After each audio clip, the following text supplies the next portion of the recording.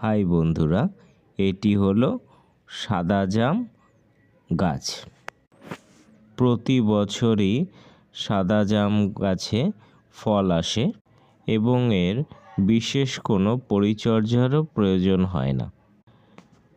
ভিডিওতে দেখতেই পাচ্ছেন গাছের নিচ থেকে শুরু করে গাছের উপরের ডাল পর্যন্ত এর প্রচুর পরিমাণে মুকুল আসে এবং এই মুকুলগুলো কিন্তু খুব সুন্দরভাবে আবার ফলেও পরিণত হয়।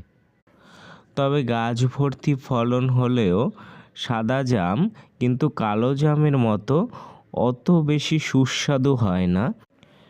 কালো জামের মতো সুস্বাদু না হলেও গাছে পাকিয়ে খেতে পারলে সাদা জাম কিন্তু বেশ ভালোই লাগে খেতে। তবে জামের একটি মাত্র গাছ রোপণ করতে চাইলে আপনারা অবশ্যই কালো জাম গাছটিকেই রোপণ করবেন।